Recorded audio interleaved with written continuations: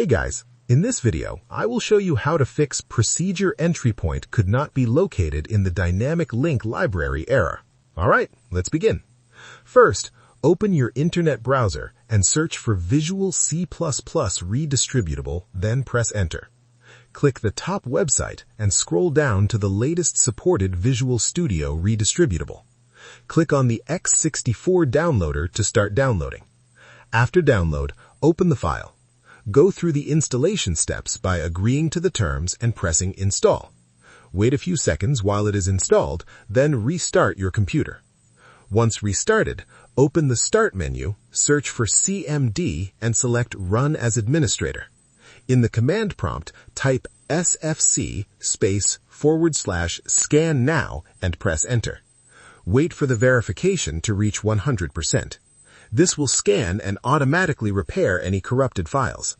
So that's basically how you can fix procedure entry point could not be located in the dynamic link library error. And that's it for this video. Thanks.